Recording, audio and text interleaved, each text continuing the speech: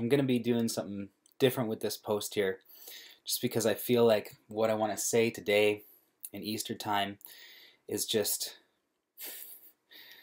written words can't express it enough. There's no combination of italics, bolds, all capitals that could get across the emphasis of, I think, what we need to realize today, this weekend, this Easter weekend, or the time between Good Friday and Resurrection Sunday.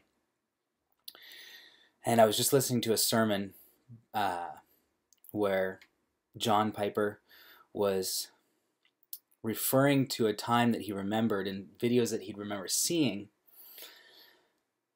And I was again just moved to tears, something that happens way more to me now than has ever happened to me before. And I'm scaring my wife into craziness because she's going, who is this man? I thought I married, this cynical, jaded, hard person who never cries, and now all he ever seems to do is just break into tears at strange times. But he was recounting these videos that I've actually seen of the Vietnam War when things were winding down and a bunch of POWs had been returned, caught, captured, recaptured, released, and were on their way back to the United States. And the wives of these husbands who'd been waiting, not knowing if their husbands were alive or dead, got a phone call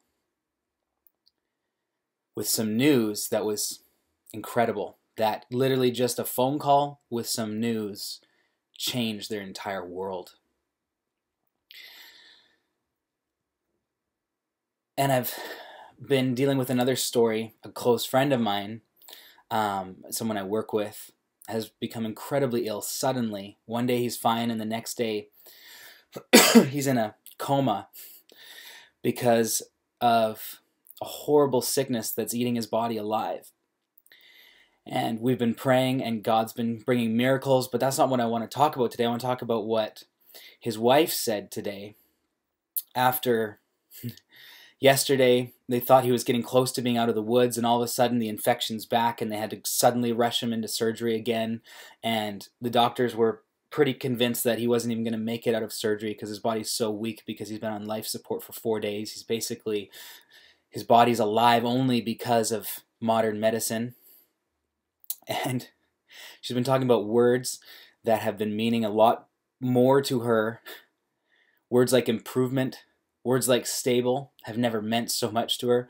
And what she said today, words that she never appreciated. And it's just amazing the time that this is happening to her. This Easter weekend, she heard words that have never meant so much. And it's the same words that those ladies heard back after the Vietnam War. They heard in a phone call. They said, we have a ticket for you. You got to come down to the coast where you're going to be on an aircraft carrier, and we're going to bring you onto the aircraft carrier, so as soon as your husbands hit land, they'll see their wives running to them. And the words that she heard on the phone were, ma'am, he's alive. Your husband is alive. And those are the words that my friend's wife heard yesterday after rushed into an emergency surgery where the odds were he's not going to come out alive. And she heard the words, ma'am, he's alive. And we just don't get it when we're having nice parties with our friends and nice dinners with our families and everything's nice and everything's safe. But church, your husband died on Friday. And he died for you not because you're so beautiful and you deserved it. He died to make you beautiful. He died because you were ugly and you were nasty and you were dirty and you were filthy. And he died anyways because he said, I'm going to make you beautiful.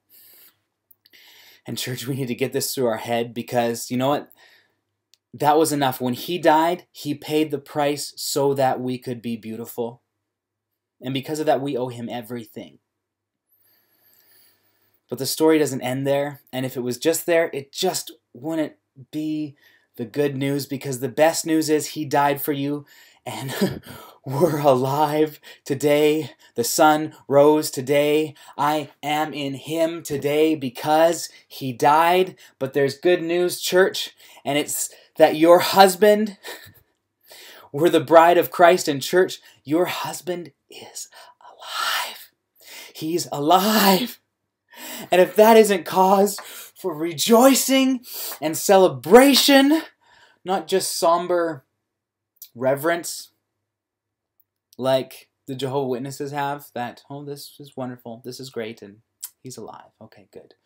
No, that is not the point.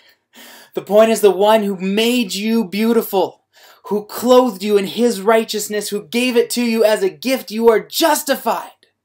You are no longer in sin, but you are justified. You are made alive because of his death. And guess what, church? Tomorrow you celebrate the truth that he is alive.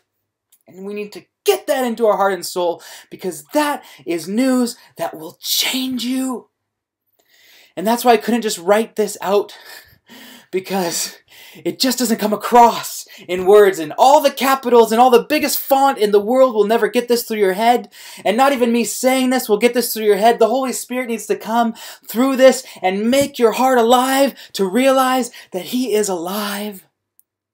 And we are grateful, because the one who justified us before God in his death, we are now a gift, a bride presented to him, fully justified, and we will be fully glorified someday as a bride that is finally worthy of our King, and we need to be thankful.